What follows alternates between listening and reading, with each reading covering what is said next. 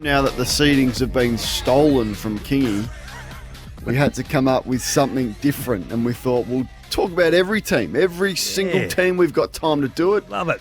We'll do it to the best of our ability as we get into North Melbourne and their dismantling of Melbourne, a domination, particularly late. So for me, North Melbourne spent the pre-season preaching about rekindled love and connection, but North Melbourne just handed them a brutal breakup, an 8-1 final quarter that left the Demons dumped, heartbroken, and wondering whether they'll ever find love again. Kingy, they were in love, they were connected, and North Melbourne just said, you know what, whack, we're going to kick 8-1 in the last quarter. We are going to smash you around the ball, smash you from stoppage. And this is names like Petrarca and Viney and Gawn and Tommy Powell and the likes just went whack. And you must have been thrilled by what you saw yesterday. With the Kangaroos? Yes. Well, the Kangaroos have arrived.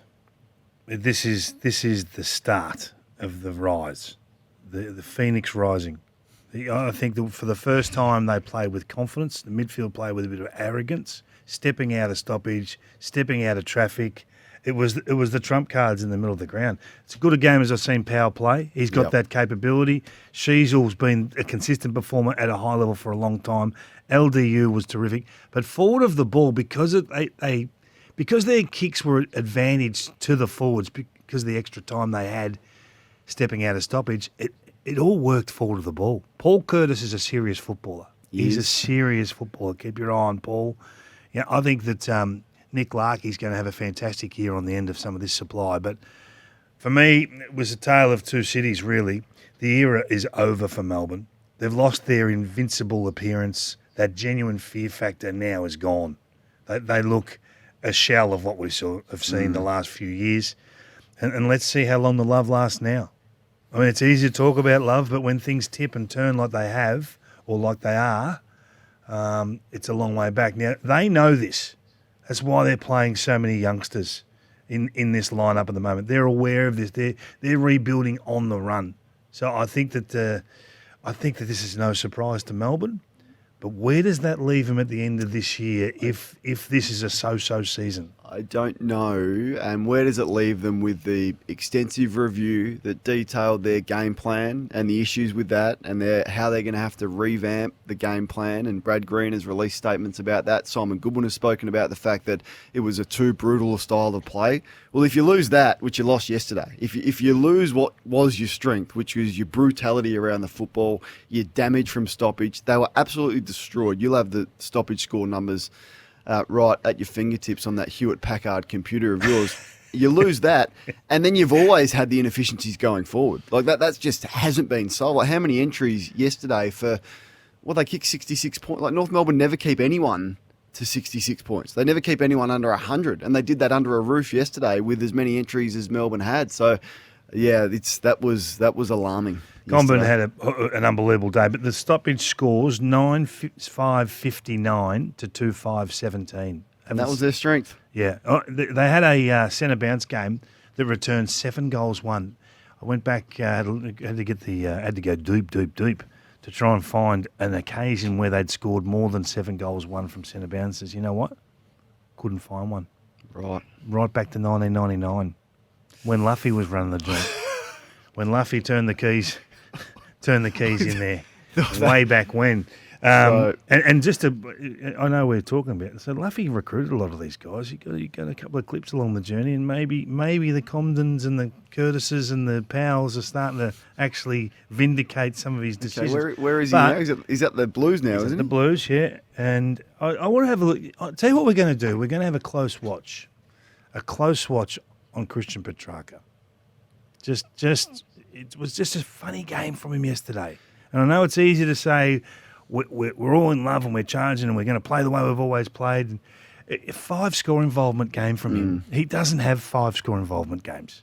So that was one that I thought, gee, that's the first time I've sort of seen that sort of game from him for a long time. So, yeah, we'll just put that one on watch. There's so many things on watch at Melbourne this year. There was always going to be, and it hasn't started well as we get into Essendon, who were destroyed by Adelaide. Here's the coach, Brad Scott.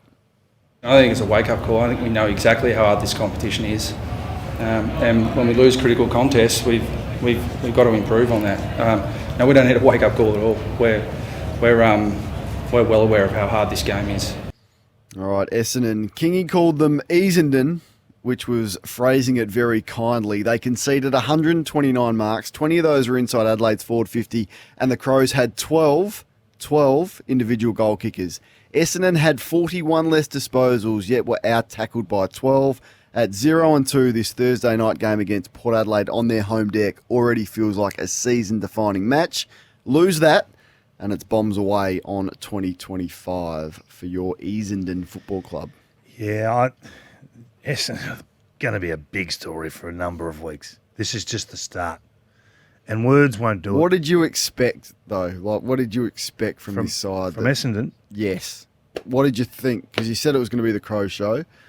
Well, we put in the gun their back six. How did they go? Terribly, but so they were hung out to dry, and Ridley was forced to play on Walker. No, Sorry, Redmond. Redmond was forced to play on Walker. Yeah. And they were outmatched all over the place. Hang on, but you can't use that. You can't. Hang on. No, the three tall forwards of the Crows forces that. You have to have a mismatch somewhere. Well, you know what forces that is that when there's zero pressure up the ground, when your forwards provide zero, when you allow the opposition to take 100 and you know how many marks, then you're always going to have a field day. I mean, I'm interested in Adelaide. Like, Adelaide have played no one. When Adelaide play decent teams, how that tall forward line is going to work when there's pressure on the ball. Get your diary out. I want you to write down Adelaide are a contender. No, I said that. I've said that all pre-season. Well, why you got the slows on them just then? No, I don't. The only slows I've got on them, as I've said repeatedly, is this four tall pronged forward line going to work? Yeah, I don't see Curtin as a tall. And I'll tell you what they don't do. They don't compete with each other for the footy. There's always great separation and great chemistry between the three of them, and they are a force. They are a force. Riley, everyone's talking about Sam Darcy today, and Riley Thilthorpe he'll just go under the radar, and I think that they were able to sub. I think it was the ultimate flex to the opposition team to take Isaac Rankin off mid-third quarter. I thought that is a statement. It's not good for Brownlow punters who may have $1 or $2 on him, but anyway, they are a contender, the Crows. Only good teams do what they've done over the past fortnight. This season, everything's about damage. It's not really about volume, what you're doing, how much ball you're getting. It's about getting it on the scoreboard. I'm in love with their back six, Cornsey. And everyone talks about forward of the ball, and we talk a lot about Rankin. They got those wild card types. They just do things a bit differently. Michael Lanning's a different sort of mover. Hinge is a different sort of mover. Yeah. You can see them. You can see them getting thrown in the middle on occasion. So I think that we're going to have some fun with the Crows in the next few weeks. All right, so 3 out of Adelaide's next 4 are at home. They play North Melbourne this week. North Melbourne have never won on the Adelaide Oval, never won there. Never. Yeah. So you wouldn't think that's going to happen. They take on Gold Coast, then Geelong at home, and the Giants at home. Would you play Dylan Shield again? I don't know if they've got any other options. Well, you've got to have a better option than Dylan Shield at halfback. Yeah, well, if he's not playing halfback, where's he play? Mate, well, anywhere other than halfback. Yeah. But McGrath's in the mix as well. Like, incredibly disappointing. What do you do with Ben Mackay? Well, you've paid him $1 million. That's the problem. So you can't not play him. He was better this week than what he was the previous week. They've just got no option. They've got no other options. Well, why not play Lewis Hayes? I don't reckon Zach Reed's ready. Get more experience. I don't know about necessarily younger. I think he's a bit older than that. But Reed's not ready. Reed's just not ready. He just needs more footy, and it doesn't have to be at AFL level. I just think they look so gettable down back at the moment. And Lewis has been terrific in the VFL over the last couple of seasons. All right, they take on Port Adelaide this Thursday night. Primetime marquee match where all eyeballs will be on the Bombers once again. Forget what you hear from those that don't know what they're talking about. Chris Scott speaking about their loss to the Saints. He's the best coach in it, but sometimes he tries to make you feel stupid. And there is no doubt that their intensity was off. So you call it a cliche, whatever you want. when you allow the opposition to have 245 uncontested possessions and take 110 marks, 105 marks, that would say that isn't a typical Geelong performance defensively. So whatever he wants to say, whether it's intensity, whether it's method, something was off at Geelong, and it was more than just the Saints were great. Did you get the feeling he tries to make you feel stupid at times? Or No. Well, clearly he knows more than us about what's happening in the game. Yeah, so I'm sort of... I think that's too strong to say. When your best players don't touch the football in a half a footy. Why didn't they? Well, because the intensity and the effort and the method wasn't there like it would be for a typical Geelong performance. I don't think that's out of line saying that. Yeah, but I think they were hit with a plan from St Kilda that was so good and executed so well that they denied them the footy. Which brings me to the statement. What's your for statement? The Saints. St Kilda Took you delivered long time to bloody classic Jesus. Ross Lyon masterclass. Tough, disciplined and relentless. They out-hunted, they out-tackled, they out-possessed Chris Scott's Cats, defending like their lives depended on it, even as they lost the inside 50 count 23-32 after half-time. Ross, forget the youth excuses. Just demand this level of effort every week, and it will be a very fun year. Very accurate. Tom Stewart's injury changed the game possibly, but the coach's box won this one. And that's why I think Chris was a little bit snarly. He knows he was outfoxed. He knows that the Saints were able to win the ball at clearance, which is not really a Geelong. They don't demand that they win clearance. They were smashed to contested footy. And in the first half, Geelong had 134 disposals. So they kept the ball off them. They didn't go down the line. They didn't play their intercept game. They switched the ball. Shallow entries inside forward 50 to take away their intercept markers, 0 to 30 from goal. They just couldn't get the footy. They couldn't get their hands on the ball. 134 touches is the lowest half-time disposal volume for Chris Scott in his whole coaching career. 134 touches at half-time. So this was one in the planning. Now, the players have got to deliver upon it, and you've got to be able to execute your skills and those sorts of things under pressure. I think that's why he was a little bit sharp. Let's have a listen to that man, Ross Lyon, after the game. They threw a lot at us. We knew they'd come. Would have liked a little bit more composure, but I think we take those lessons. So, yeah, it was. Everyone says a game of two halves, but I think that exists every week, doesn't it? But I think it was contrasting halves is what I would say. So, yeah, a lot of positive to take out of it. So some of the players that played really well, we've got to give Jackson McRae's flowers. Again, 9 clearances, 10 scoring goals is a big day. Wanganeen Miller up. The signature for him at St Kilda is just getting more and more important as the days roll on. Yeah, I mean, him and De Koning delaying their contract extensions are going to be very fruitful. They just can't lose Nasiah. I mean, it's all well and good to throw this money around to attract others, but you just can't lose him. He might be in the best bargaining position a player's been in for a long, long time. There's been 18 million chucked at Callaghan. He's staying. Wanganeen Miller is going, oh, hang on, I'm pretty good. So give me some of that 18 million. Is Jack Higgins the most unrecognisable small in the competition? No one recognises him. No one gives him any sugar at all. He just plays great footy in a team that's that's battled a little bit recently. 4 goals again on the weekend. Joey showed some vision last night of his defensive work, which is terrific.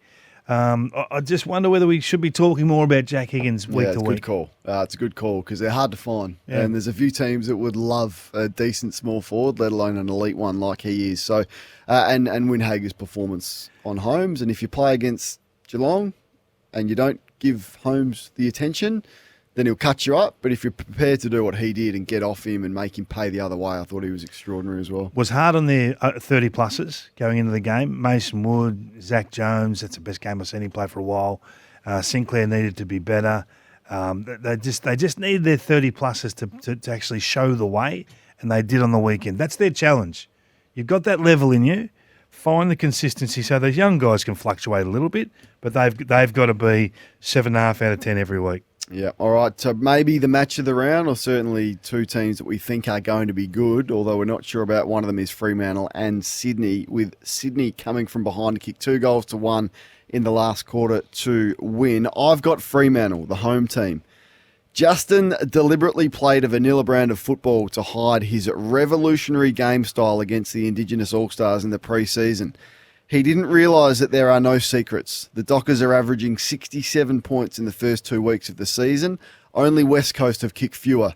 He's vanilla, they are vanilla, and time is running out to show us something different. I've got Sydney. Have a fullback, will travel. Finally, we see him at fullback. We see our man at fullback able to apply his trade and do his... So, Dean Cox, you win your first game. But, mate, well done. We say well done. But maybe he's just a fullback. Maybe that's his position in your team. It was a great battle with Tracy. And Tracy threatened to just take full control of that game. He was awesome. I think he kicked 4 goals in the end. 4 goals, 2. He missed a couple of critical ones at the end. Or they did as a team. Voss missed a couple of critical ones as well. This game's an interesting game to chat about because it was meandered for long periods doing nothing. Arm wrestle. You know, I'm looking at the talent. I'm getting frustrated by Fremantle. I really am. My premiership boys. I just want to see them explode and take the break. And not that they played a slow brand, but there wasn't a lot of dare. What do you think he was hiding in that Indigenous All-Stars game? What tactics was he hiding that he spoke of? You know when you get some cash or something, you think I'm going to hide that, and you forget where you hid it. I think he's forgotten where it is. Can someone discover the laptop that had all the secrets on it of this game plan? There's 66 points in the first 2 weeks of the season. Hey, what about, speaking of young players that, we're talking about All-Stars and ones that we found, what about Riley Bice? Yeah. His last quarter. Now, this is the VFL mature age defender, albeit I think he's going to end up playing higher up the ground. Pick 41 from Albury and Werribee. 24 years of age. He split the game open. He kicked amazing running goal, and there was a couple of times he really used his legs, kicked the ball inside to the corridor and opened things up. So maybe they found one there. Well, it was a big goal, wasn't it? And to be fair to him, the last couple of weeks, he's been the only one full of run late in game. He's been terrific. Covering the ground. So Heaney's a watch for me, a bit like the Petrarca discussion earlier. He's not quite the Heaney that we've come to know over the last 12 months. Warner did it again.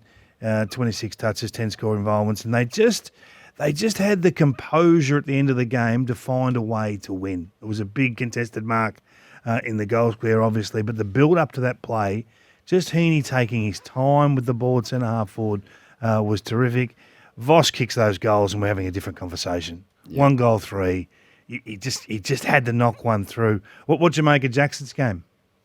Much better. Yeah. And this is the other thing. It's taken him 2 and a bit seasons, the coach, to realise that this guy's a ruckman. Yeah. He's not a forward. He's not an on-baller. He's not a wingman. He can't play anywhere. This rubbish that Luke Jackson, he can play anywhere. No, he can't. He's a ruckman, and that's what he is. So play him in the ruck.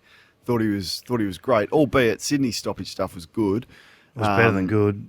Yeah, it was good. I think they won that by a couple of goals. That was the difference in the game in the end. But Jackson, just do what you did yesterday. James Jordan got another scalp.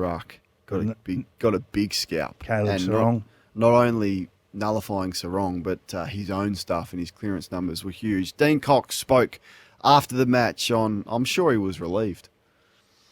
Yeah, really proud of the playing group to have a massive changeover from last year. If you talk personnel and the youth that's come into the team. For them to experience and to play in a really hostile environment away from home and to rally the way they did, certainly after the start, was very pleasing. All right, it would have been difficult to go 0 and 3. So that was going to be one of our players. Who's that? O'Driscoll. We're going to fall in love with him. Mm. He's another Hayden Young style player. He's a winner. When they get Young back, they'll fly. They're desperately missing Hayden Young. Yeah, when's that? Not happening for a little bit of time. We'll have to have a look at that. I haven't had much time overnight to sort of look up the injury. I think it was the double hammy. So the first hammy into the reoccurring hammy is never a good sign. But Sydney, of course, got some personnel to come back as well. Your man Grundy subbed out. They went with Pistol Peter Laddams in the end, who was okay. Yeah, he was okay, Pistol. Why they sub Grundy, do you think? Geez, they were tall yesterday. Why Grundy? I don't think he covers the ground very well late. Okay. I think he gets the cement boots on and really struggles to cover the ground. So you want to be pretty good early if you're getting subbed out late. And yeah, you would. You would. And they've still got Hambling. They played a Marty. They played Laddams. They played McCartan. If they had have lost, I would have been speaking about how tall they were in that match. So watch that one for selection this Thursday as we get into Brisbane against West Coast. I've got the Lions. Did what they needed to do after conceding the first 5 against the Eagles, but I'm on Premiership Watch hangover. Where was Cam Rayner yesterday and the week before that? 8 touches, 0 score involvements. And when you chuck in to the mix, the Premiership, the 7-year contract, the 13 touches and no score in round 1, I'm on Premiership hangover watch with Cam Rayner. Is that right? Mm-hmm. Did not see him yesterday. You know when you're watching a game and then someone flashes through the screen about halfway through the second, Cam Rayner's playing, is he? He's playing. For a player of his talent and ability, it's been an interesting career, and there's so many times I thought, gee, the penny's dropped with Cam Rayner. He's going to be extraordinary what this guy's going to be able to do, and has done that in big games before, but has also gone missing a lot. Just a very rough start for him. But anyway, Brisbane are in reasonable shape. I'll go to the Eagles. I thought there were great signs. Great signs early. That first 35 minutes of their football was off to a flyer, and led by Tim Kelly, who's had his challenges with motivation for the game, love of the game the last few weeks, by all reports. So great to see him play with that purpose and that focus. But they just needed 23 players, not 22. Harley Reid yesterday, they were desperate for 5 minutes out of him, maybe 10 minutes. And he just wasn't interested enough in the game. He was interested in the edges of the game, the competitive stuff where it come to the push and shoves and the chatting with the crowd and the bird and all that sort of stuff. But he just really wasn't impactful when they needed him most. And I love the game of Liam Ryan. Thought he was terrific. Dewar, is it Dewar? How do you say it? Dewar. He was terrific. Gee, doesn't he have some talent, that young fella? Kicked a couple of goals. He was awesome. Cole played really well. They just had a few really good performers. There was a big moment, the biggest moment in this game, and I don't know whether you recall this, Cornsey, but they counterpunched. They were 5-0 in front. Counterpunched from half back, went full length to the ground, hit the captain in the pocket, and he had a layup pass, 20-metre pass to Jason Cripps for a shot. It would have been a difficult shot. Jamie Cripps. Not my man, Jason. Wrong one, wrong Cripper. He had a chip pass to Cripps, and he went to the top of the goal square with a flat dart. It went the other end of the ground for a goal to the Lions. It would have been a potentially 6-0, 6-goal lead. It become a 4-goal lead. They just needed every post to be a winner, and he let them down. Do you want to have the Harley plead discussion? I'm calling him Harley plead because he just pleads for free kicks. That's all he's doing. Do you want to have the discussion now, or should we save Harley plead for the agenda? No, have it now. No, right now. Well, what are they going to do here? What are they going to do? Because, what do you mean? Well, they're too scared to coach him hard, which is what I was saying last year, which everyone lost their minds about. Like, it was unbelievable, the overreaction to that comment, that you need to coach this guy so he gets there quicker. Because if they coach him hard, they're fearful that he will leave and won't accept the feedback that he desperately needs. Even after the game, McWalter was asked about the bird. Oh, it's theatre. How about now it's unacceptable? It's unacceptable for a player to be as distracted as he was, to give away 7 free kicks against, to not touch the footy in the first quarter when you're a midfielder. If you're not touching the footy for a whole quarter and you're a midfielder, like Kingy, I'd put you out there, you'd get 5 in the first quarter if you're a midfielder. No, you would. No, I wouldn't. 100%. I'd put Mitch Scott out there, a producer. He wouldn't. Play midfield in the first quarter. You're going to at least get 1 touch. He did not touch the ball. It's a huge issue. It's the biggest elephant in the room facing that club since the early 2000s when they went through all those issues. And what are they going to do about it? But I don't think they have to do it publicly. I think they've got to protect their man. I hope. Do you think they're doing it privately? I Doesn't guarantee look like they are. Because there was no change in behaviour from last week. Not going to change. Look, he's a young kid. It's not going to change straight away. You got to cuddle, and there's a little bit of sugar, a little bit of vinegar. You can't be all vinegar. You can't be all whack. No one wins if you just whack. We're not asking for a whole lot, just to focus on the game I get and that. not all the other stuff around it. It Dropping your knees into Zorko. just doesn't look as happy as what I expected him to be. Doesn't look like he's playing carefree footy at the moment. You know, last year, I remember gather round. We did a couple of things at gather round last year. You know, he shook a tackle from the goal square, snapped a big goal on the left, and he was just so effervescent. You know, he was up and he was about, and he wanted to win the game for his team. And I just don't see that player right now. They've got to get him happy. And I don't know whether he's settled. You know, is he settled? Is he really not thinking about other clubs or distracted? Don't know. But they've got to get that out of his mind quickly. But it's a big issue. Footscray, who were the home team. Scrays. Correct? Yep. Scrays. Footscray marked 100 years with a heartbreaker, left howling at the ordinary umpiring like a dog locked outside in the rain. But is this what it felt like in the 90s when a 19-year-old Wayne Carey burst onto the scene at North Melbourne? Sam Darcy is that guy, and the Dogs need only to focus on building the entire team around him. You were there. You saw it firsthand. It's got that feeling to me, Kingy. It's got a young Wayne Carey feeling. I think that's how good he can be. A young Wayne Carey. Yeah, film. different players clearly, but in terms of impact, importance, just build the entire club around him. Work out what you need around him. Work out the right coach for him, if it's Bevo, if it's not. Work out the whole recruiting strategy to put the pieces in place around this guy. That's how influential he can be. Like it. Coughing and spluttering Collingwood. But when they burst by handoff half-back, they are brilliant. Outside of that, I still think there's so much scope for improvement with this team. I know we talk a lot about how old they are and all these sorts of things. Their know-how is there. Their experience is the reason why they win these games.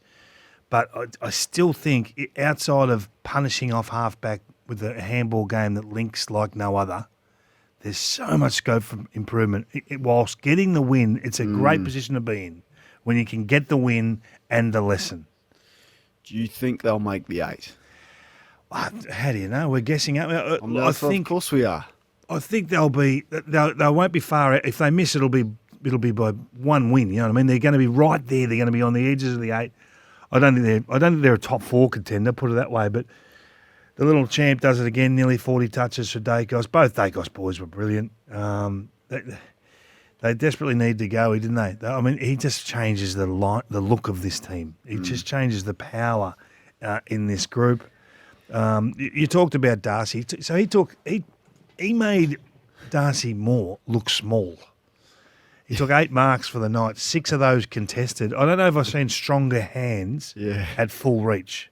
You just can't move him. It's actually frightening, but it's not only that. That's why I just think he's got more than that. The disposal stuff around the ground, the left foot passes, he's up the ground, he was deep, he's everywhere. And this is the point on Norton, right? So now your man Jason Dunstall, I did hear called him a star during the game. I couldn't help myself. I had to tweet about this. Can we never ever refer to Aaron Norton as a star of this game? Like that's he can't be a star. He's never been All-Australian squad, let alone in the team. It's his 8th season. Go back and look at his best and fairest finishes. He is not a star. When all attention was on Darcy and when everyone was flocking to him and it was so obvious where it was going, they needed Norton more than they've ever needed Norton before. What do you have, 4 kicks? And I think a few of those he went into the ruck. Like they're trying to get him. Let's put Norton in the ruck. That's how poorly he was going. Never again until something changes with that. That was a disappointing performance. Yeah, Kingy? I'll say Kingy? Well, I think he's a very good player. I do. Star? Oh, I don't know. We throw star around pretty loosely. Yes, that's my point. Yeah, I get your point. I heard it. I don't have to agree with it, but I heard No, it. that's what I'm asking. I don't care if you want to call him a star or not, but I think he's a very good player. Playing back. Is that what you're going to say? No. I think his last couple of years as a forward have vindicated the decision. I wanted someone to go back, and that was Rory Lobb. Libba. would you love to play You're underneath about to Libba? call him Tony. I was about to call him Tony. I had to check myself to call him Tom. 34 touches, 9 clearances. He's done it again. The midfield's an interesting one. So I'm looking at this midfield saying, okay, they're going pretty well. They're actually well serviced in there. Can they afford to use Bont in a different way when he comes back? Just for Bont's sake. Can they afford to ease him back in as a high half forward or a pseudo centre half forward type to try and change this the forward of ball mix? When is he coming back, by the way? Hopefully April 12. Because Freo is really taking some steps. You know, Ed Richards is continuing. He's on the verge of breaking into that stardom that you talk about. He's probably in the All-Australian squad as early as a couple of weeks in. But I think Bailey Dale did it again. He was everything for him. I thought his kicking was just a feature when they were making a charge. But in the end, the Pies were just too savvy. Sidebottom and Pendlebury, what an occasion. Yeah, I mean, Sidebottom had that moment, didn't he? Which he's spoken honestly about post-match. That's some good ones too. Post that little issue in the middle of the ground where he just didn't go hard enough at the footy, he was unbelievable. Some of his big game stuff, and he's had as many big game influencing moments as anyone in the last 20 years still Sidebottom. So I thought that was Schultz probably had one as well, which he wouldn't want to review the tape on, but to be able to brush that aside and do what particularly Sidebottom did, it's a sign of his character. I'll tell you what, I know we're quick to look at the negative, but that mark from Schultz with about a minute to go, I don't know who kicked it back in. It was like, oh, that's a risk. Yep. And he stood strong and took that mark. If he had dropped that mark or the spoil had been able to just get it to ground, they were swooping. They were swooping hard. I was wrapped for the young man.